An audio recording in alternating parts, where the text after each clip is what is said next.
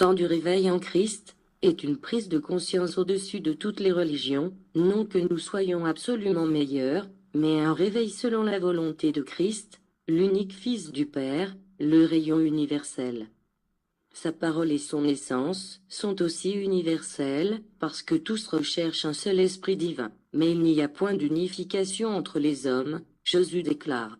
Je ne vois pas la même foi en eux, la même élévation et la même connaissance, et c'est pour cela que je viens comme Saint-Esprit afin de les unifier en moi, pour les perfectionner au moyen de ma doctrine de vérité, avec ma parole immuable, avec ma loi de justice et d'amour. L'aveuglement de la pensée, le manque de foi, l'ignorance de la vérité constituent des ténèbres pour l'esprit, à cause desquelles l'humanité, aujourd'hui, se retrouve perdue. Combien se sont multipliés les hommes qui marchent sans savoir où ils vont, et sans d'ailleurs que cela les préoccupe.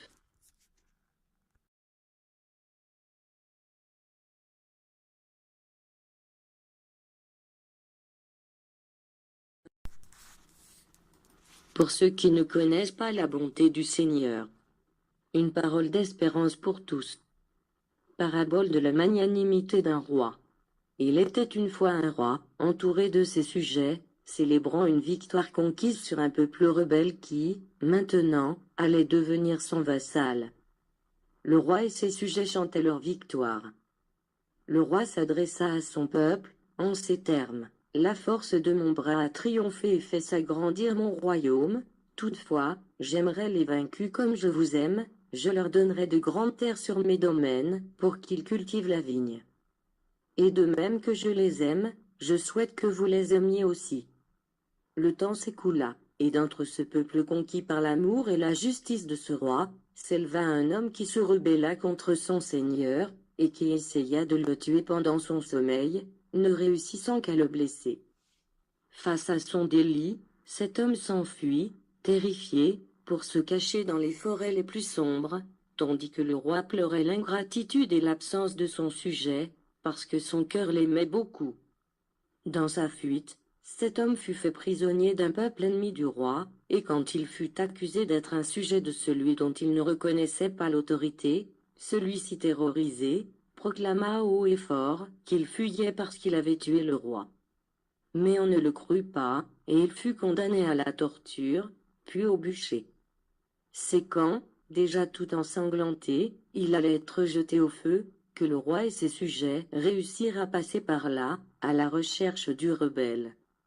Voyant ce qui se passait, ce seigneur leva son bras, en disant au bourreau, « Que faites-vous, peuple rebelle ?» Et, à la voix majestueuse et dominante du roi, les rebelles se prosternèrent devant lui.